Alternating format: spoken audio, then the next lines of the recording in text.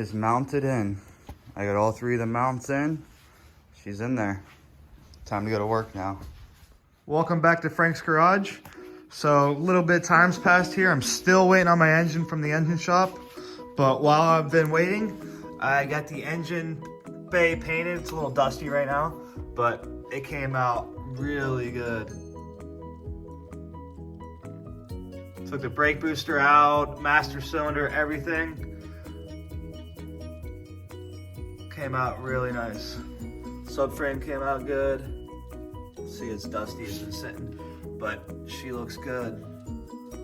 I got this factory OEM piece here. It looks really good. And I've been working on mounting up the radiator and the intercooler. I just have some clamps on it right now. But it's probably gonna go somewhere in that area. Looks like it's gonna drop down just a hair because it's hitting the plastic there. And then I'm just gonna nut insert it right down there on both sides. And then on this, I'm gonna change the way this is set up, but it's gonna be V-mounted. It's kind of like something like that.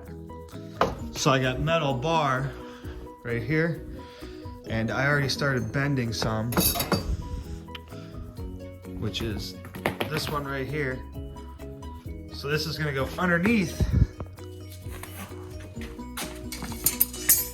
Let's see if I can show you. So I took the bottom off here for the bottom core support.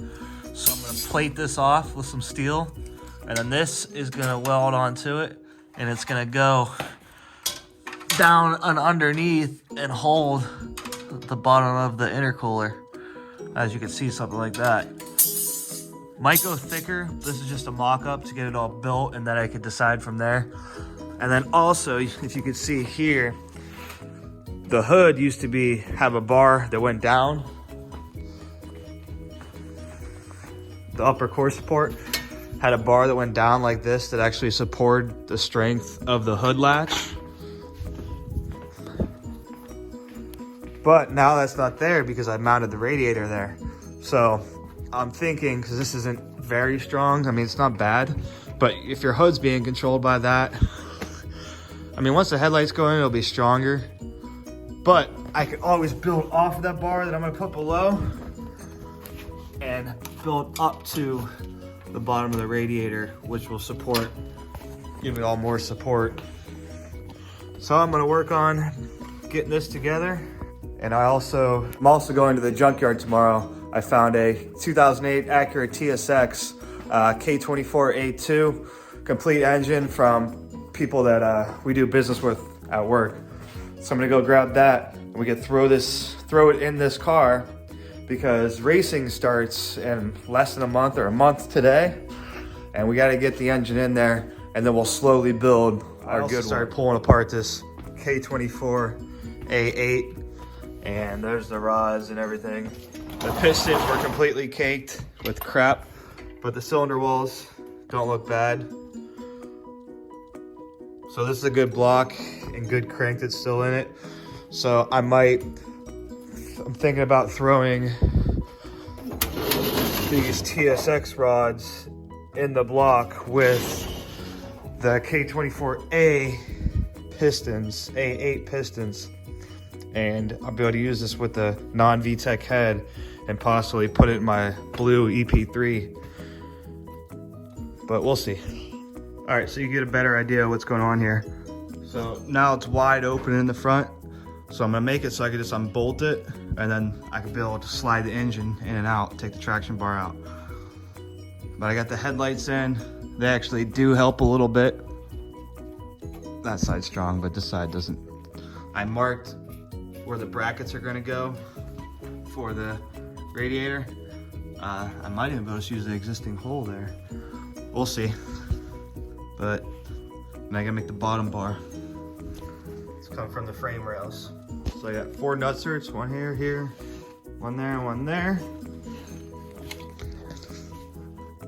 I just have to get nice hardware. M6. It should line right up. It'll hold it all together too. I got some random 10s right here. So put one there, one there, So there we go. I got 4 random bolts in it right now, but pretty sweet. Then I have to put a nutsert here because on the factory piece it had the bar and the nut was in there. So I'll put a nutsert there, and then our hood latch will work too. And also I found the radiator. So this is all I should need to pull the engine and transmission tomorrow. Got this all put back together, looking good.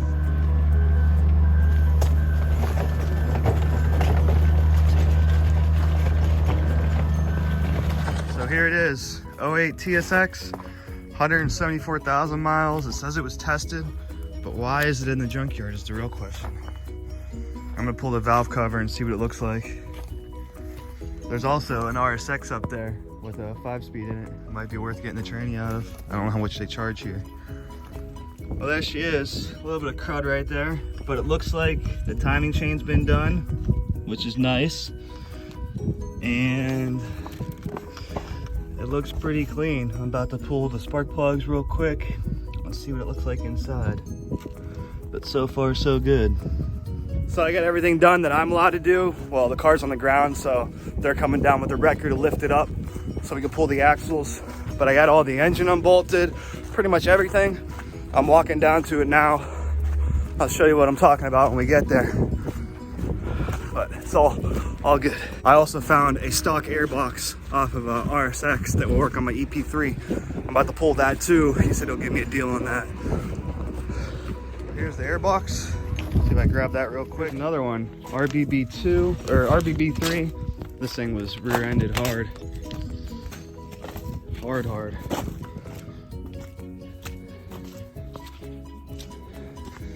And it hit the front of the motor a little bit, but still might be good. At least parts of it. The head's good. And then also, for some reason, this is an 04, but it has an RBB3 head in it, which these are only supposed to have a 2 in it, which is kind of weird. But that's another good engine. And then I got the OEM airbox, and then here's the one I've been working on. I got it all stripped, ready to go. He just needs to lift it up so we pull the axles. That's about it.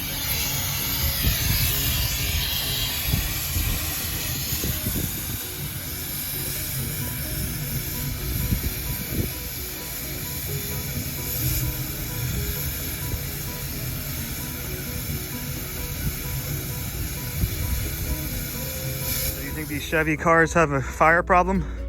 2 of the exact same cars, both on fire. New engine goofing, who this? I made it home with it. We're gonna inspect it here in a minute. I have to put the factory speakers back in this car real quick. Hopefully selling it today. That's stuck there too, gotta get that. But I got the solder here. About to solder this back on factory. Getting ready to say goodbye to my first new car. We're supposed to get 30 miles to the gallon in the city. Maybe pushing hard. 38 when it was brand new for sure. Made in Ohio. It was 24,640.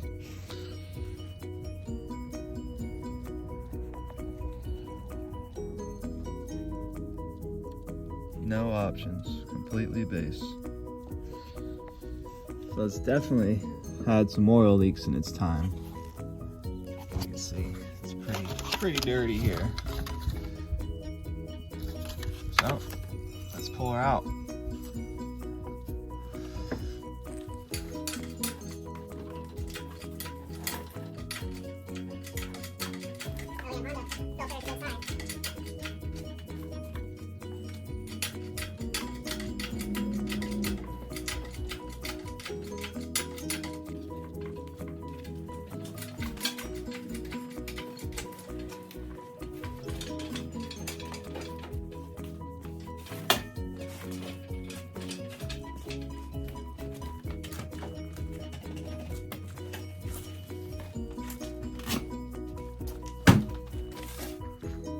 So I sprayed some oven cleaner on it. We'll see what it does. It's supposed to work really good. Gonna get the power washer out and spray her down. Last ride in the old girl. Of course, it's got half tank of gas that I didn't get to burn off. It was good 19,000 miles. So I was able to borrow my buddy's weighted 19 mil. It took the bolt right off. Mine will be here tomorrow, but you know, I can't wait. So I'm gonna pull this timing cover off, check it all out. Depending on how it looks, I'm gonna put my oil pump in and my timing gear, my 50 degree up top, and hopefully get in the car. That's how I know this timing cover's been off before. Honda wouldn't do this. All that RVT inside there. All right, a couple of things I notice off the bat here. One, the chain's pretty new because you can still see the gold markings. Two, I don't know what this is. Hopefully it's just RVT. Yep. So they got RVT there. There's RVT on the tensioner. There's RVT up here. But these are OEM, or not OEM, but Honda part, actual part, not knockoff. So the suspicion with this being OEM, factory part, or not OEM, what am I trying to say? I guess OEM part, yeah, OEM part, but not original to the engine. That this looks like it might have been done at Honda, so I could probably check this VIN number and see if I could find any service records on it. But so far it looks pretty good. Everything looks like it's there. Tensioner still seems all right, and it looks pretty clean down there.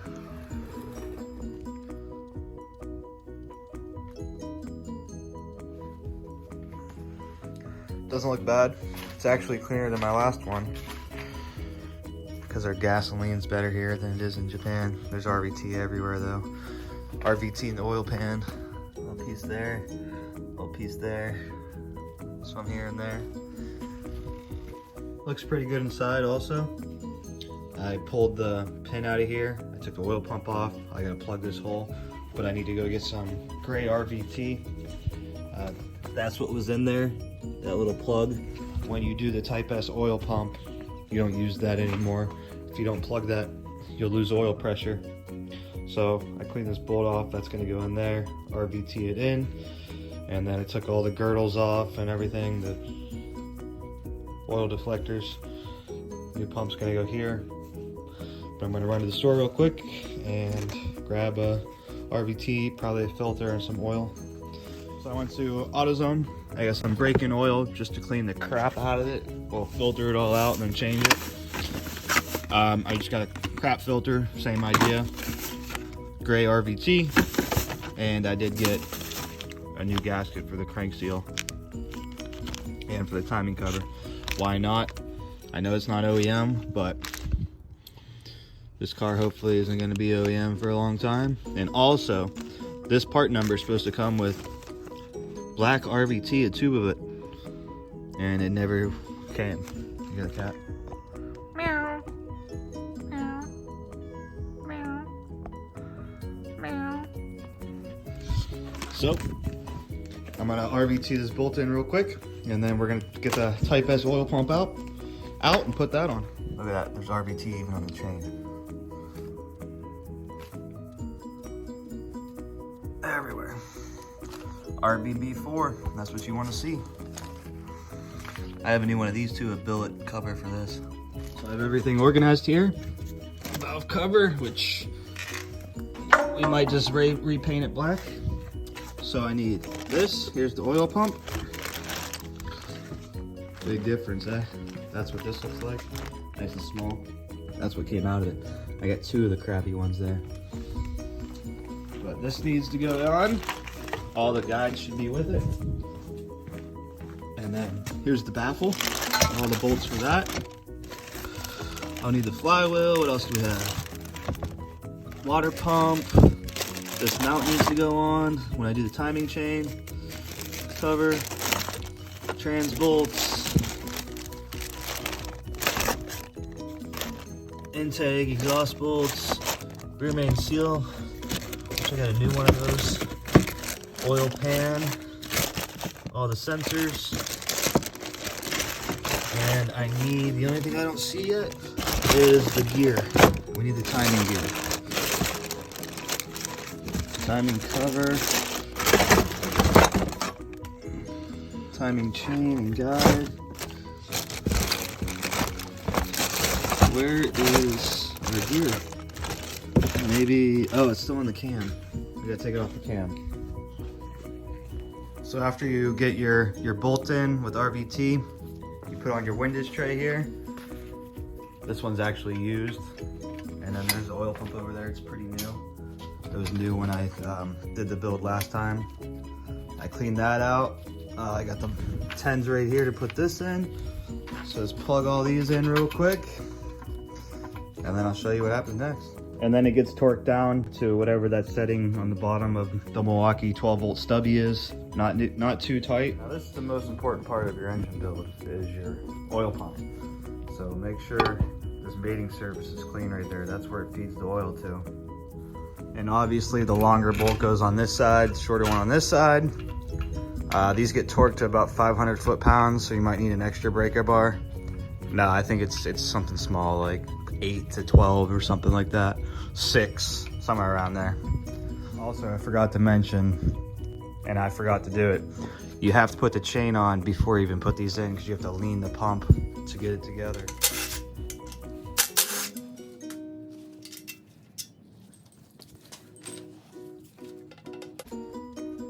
you have to put the chain on first, and then you put the pump on.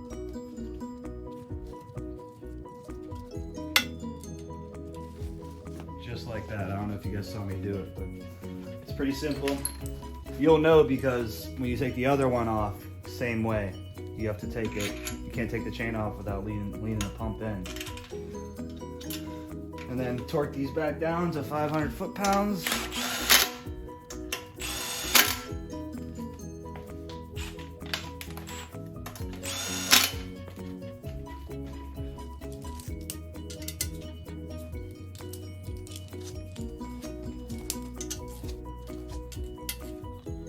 Meow, meow, meow. You don't like being out here, I tried. And then the weakest part of a K-series is this pin that's on the back of the gear. I should have showed you before I put it on. I can show you on the other one, but there's a pin that lines up into the crankshaft. And if that breaks, the timing will go out because this will free spin. See, if I pull it out, it free spins. If you put it in, it's locked on there.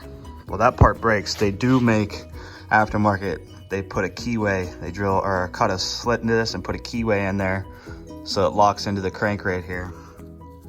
But they're like $300 and some or something like that. So just make sure you're still on time, and then we're gonna flip it over and we're gonna change this gear.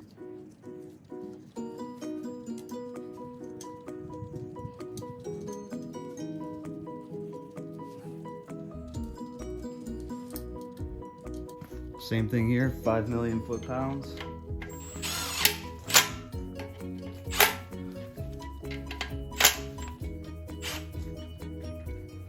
What I do, there's a little play in it, so what I do, I just push it against that little bit that you have. Lock it on there.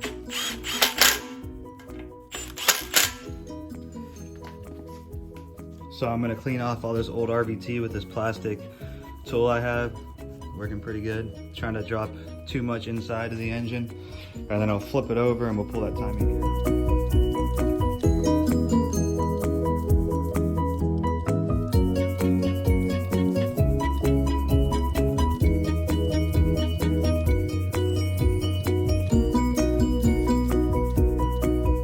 Came out pretty good. Use a plastic scraper and then hit it with acetone. Looks like it should seal it pretty good.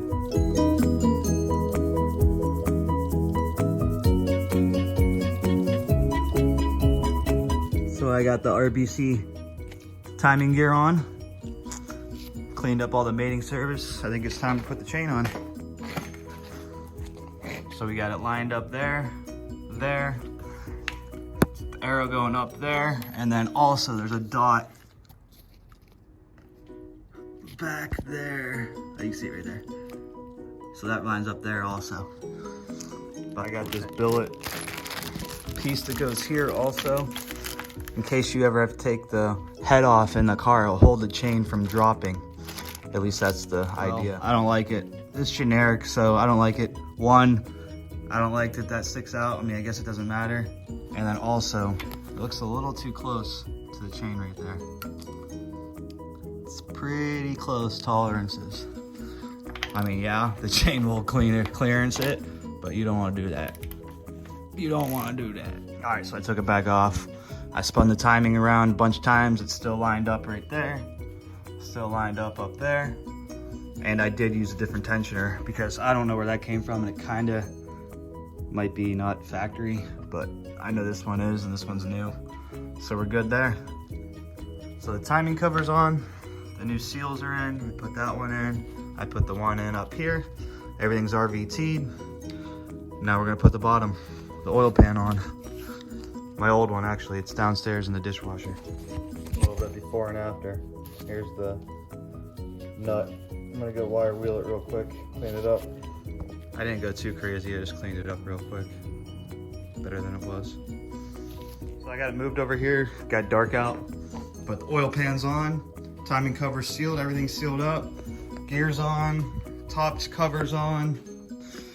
Gotta clean this oil up, and then we're gonna put on all the accessories, the water pump, the alternator, all that stuff while it's out of the car. Everything, as much as I can. And then hopefully we're gonna slide her into this beautiful engine bay and try not to scratch everything. So I got the water pump RVT'd on. Now we're gonna work on the alternator. Put a bolt here, a couple bolts to hold that in. And I mean, it's so easy to put them together once the build's already done. If I had to figure all this stuff out, yeah, it would suck. I can't remember where this came from. This might be like a cord one with like different parts here and there.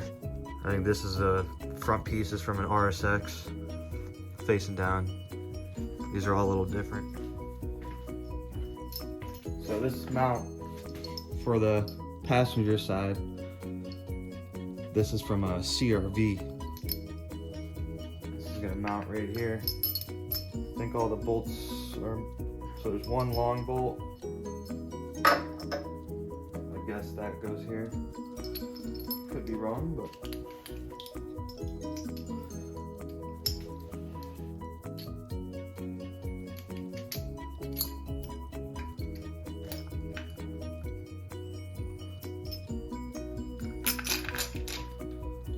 And this is different than my old engine. It has this bolt right here. Mine doesn't have that. Mine was an RBB3. This is an RBB4. I don't know if it's any better or not. I think they're the same thing. From what I know. So now we have the alternator relocation kit, the Carceps. It's a very nice piece. I'm gonna put the alternator down here.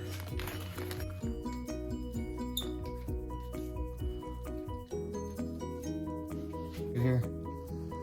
Pretty expensive, but it's nice. I think it's even more expensive now. I think this is up in like the almost $400 range right now. I didn't pay that much, but I bought it a year ago. These two bolts.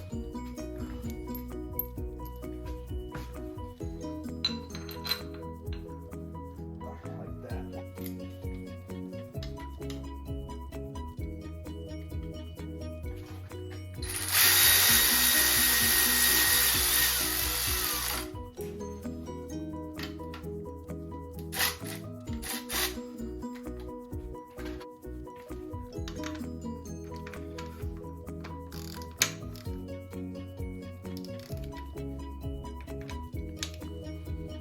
Yeah, this thing's sweet.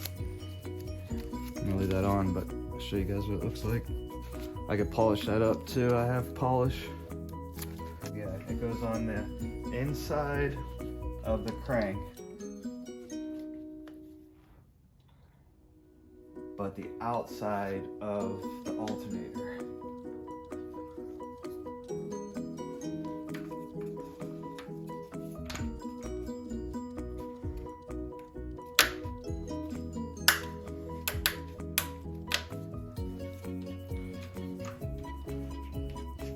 So the belt goes on the inside of the crank here, so you got that extra on the outside. And then on the alternator, it goes on the outside, and there's extra on the inside. And then it just routes normal. And then we'll tension it up here with the tensioner.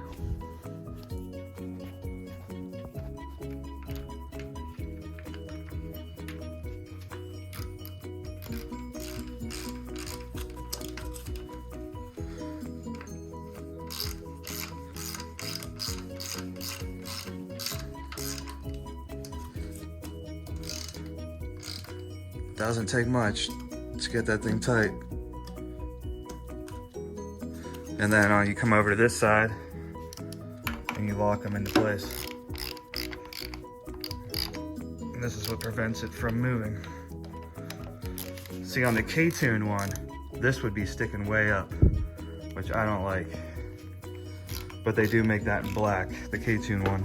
But I could always get this anodized in black or powder coated when I powder coat everything else. This engine is just to get us going for the season. So I'm gonna change the knock sensor, even though we don't use it. But this one's for my harness, is what my harness is pinned for. That pin's been bent before a couple times too.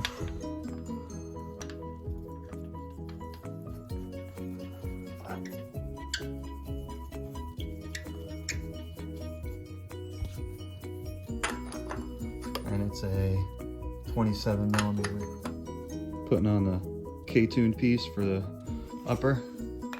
This will be able to do, this is where my, oh, I gotta change these, I gotta take these out. But this is where my radiator hose upper, and then this is where the filler neck's gonna go, so I could put coolant in it. And then this goes to the heater cord along with this. I just realized that there's actually a right angle here that I can put there. Instead of rounding that out like that, I put a right angle on it. It's pretty cool.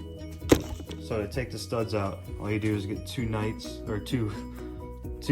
lock them to each other, and on the inside one, I could spin, and then the stud will come out. See it spinning there? So take that out, we'll be good. Sometimes you get lucky and use the outside one after you get it started.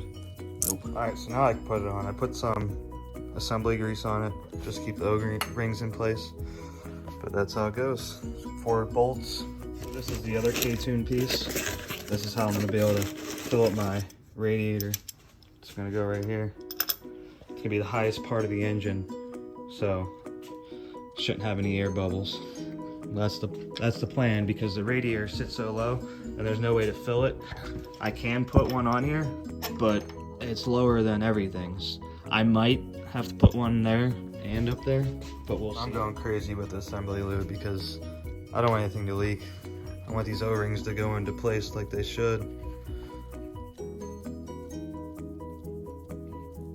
Like, yeah, see, like, I don't like that. But we're gonna do AN lines for the radiator. It's gonna go from here to this one. I hope they're the same size. And then this one I have to get a different thermostat housing for over here. But I haven't found one that doesn't leak. All the billet ones online, they all leak. All the reviews said they leak. So we might just run a rubber until I could find one that doesn't leak. Or Tack Tough makes one, but they're very expensive. So we're gonna try it like this time. I don't know why I didn't do it like that last time. Maybe there's a reason. Once it's in the car, it doesn't fit or something. But we'll try it, at least for now. The only thing I don't have is a new gasket for here. This one's pretty dang flat. 100% flat. I don't see any rays on it actually. But I could always get this when it's in the car. And I might just throw a little bit of RVT on it. The more billet aluminum, the better, right?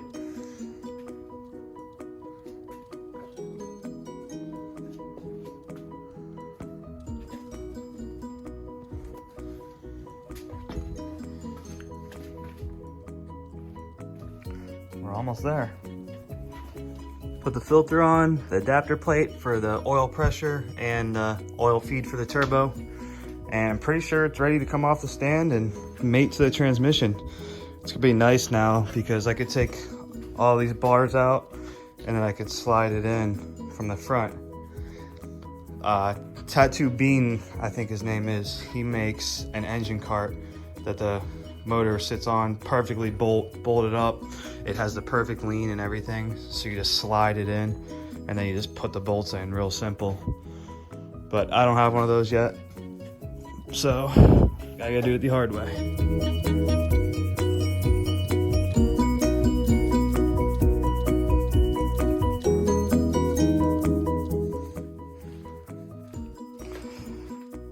Well, I consider that in. Well, it's in the engine bay. It was a lot of work getting that all together. It's like 11:30 now. Not bad, not bad. We'll finish it tomorrow.